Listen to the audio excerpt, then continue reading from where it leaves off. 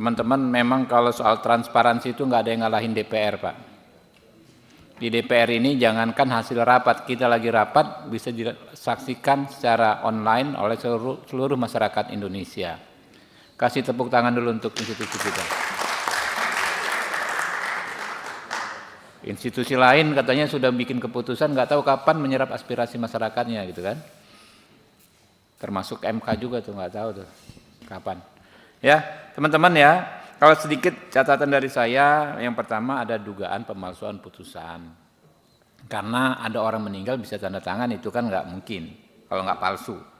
Yang kedua tentang prinsip business judgment rule di Undang-Undang BUMN yang sudah sah sekarang, sudah berlaku saat ini, seharusnya juga sudah diterapkan oleh Majelis PK. Nanti Pak Ijul mungkin kan ada yang namanya azas terdakwa, tersangka, terpidana itu harus mendapatkan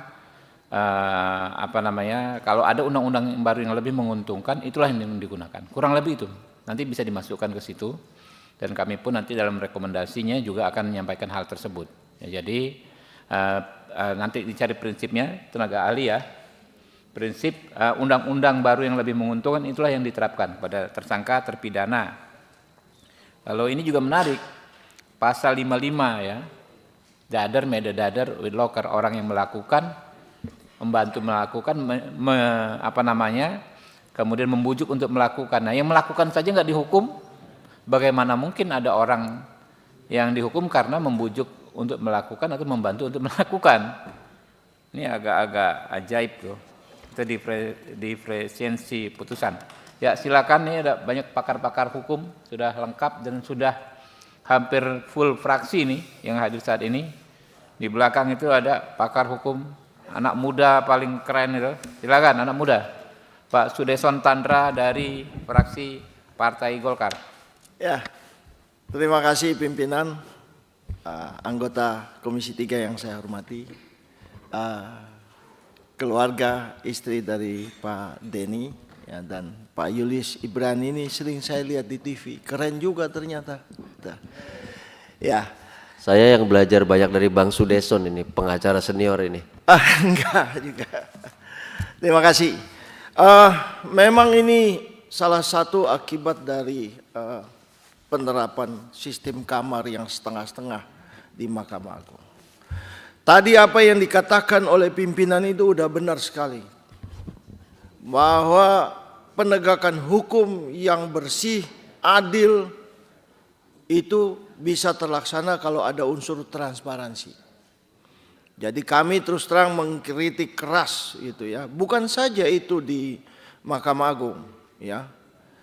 Tapi juga di KPK, di kepolisian, kejaksaan, semuanya kalau kita mau tertib dan bersih harus transparan. Bismillahirrahmanirrahim. Assalamualaikum warahmatullahi wabarakatuh.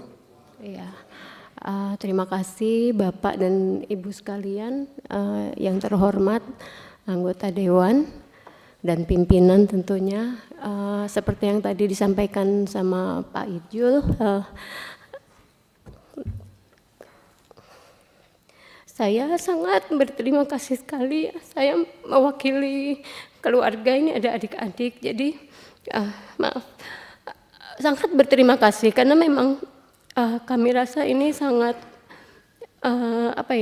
senang sekali kalau kami bisa menyuarakan ini gitu ya kepada wakil rakyat. Tadi secara kronologis mungkin Pak Ijul sudah sangat jelas sekali seperti apa. Jadi saya mungkin hanya menambahkan sedikit aja dari keluarga. Jadi saya mendampingi Bapak puluhan tahun gitu ya Pak ya. Seperti yang tadi disampaikan Pak Ijul, dalam beraktivitas sehari-hari tidak pernah memang ada surat-surat yang kaitannya sama kasus itu gitu Pak. Jadi kalau misalnya kita baca di pemberitaan, ya itu disebutkan mangkir 3 kali, kita nggak pernah Pak terima, saya nggak pernah terima, saya di rumah, ada di rumah. Lalu Bapak dibilang 11 tahun buron, mungkin Bapak-bapak juga mungkin ada yang pernah, mungkin hanya mendengar beliau atau mungkin ada yang kenal.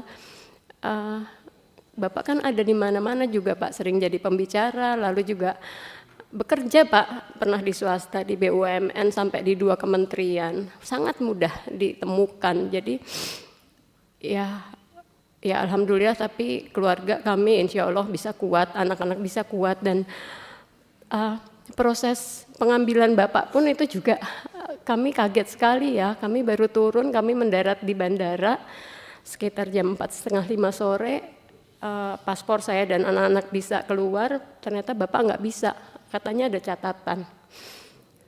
Pendek kata saat itu kami langsung dipisahkan Pak. Jadi langsung dipisahkan, Bapak masih pegang HP, Bapak masih bisa hubungin saya harus ke kantor yang di bandara itu karena saya ini katanya ada catatan dari apa gitu, kejaksaan atau apa. Lalu udah kamu pulang dulu aja bawa anak-anak. Intinya kemudian itu udah nggak pulang, setelah itu sudah nggak pulang. Jadi katanya itu kasus lama, ada kasus Telkom 2005 ya Pak ya. Tapi lagi-lagi saya nggak ngerti, soalnya nggak ada Pak itu apakah surat apapun. Satu-satunya kemudian surat yang sampai ke rumah saya itu ada surat pencekalan. Jadi saya terima, kami mendarat itu 18 Juli ya Pak ya di Bandara Soekarno-Hatta. Surat terima masuk ke rumah saya itu 26 Juli 2024. Cap posnya aja 24 Juli Pak. Suratnya tertanggal 17 Juli. Pencekalannya untuk 17 Juli, kami mendarat 18 Juli, suratnya sampai rumah saya 26 Juli, dan itu satu-satunya surat yang saya pernah terima kaitannya dengan ini. Jadi mungkin tadi Pak Ijul udah banyak menjelaskan, saya sebagai keluarga, ada adik-adik, anak-anak, mohon supaya mungkin Bapak pimpinan dan anggota Dewan yang terhormat mungkin bisa membantu menaruh perhatian khusus di sini. Mudah-mudahan sebaik-baiknya bisa membantu untuk keadilan dari Pak Alex. Begitu mungkin harapan dari keluarga itu saja. Mohon maaf kalau penyampaian kami ada yang kurang atau apa. Sekali lagi terima kasih banyak, itu saja. Wassalamualaikum warahmatullahi wabarakatuh. Waalaikumsalam warahmatullahi wabarakatuh. Ya cukup Pak Ijul? Ya cukup Kanda, saya kembalikan kepada Anda, terima kasih.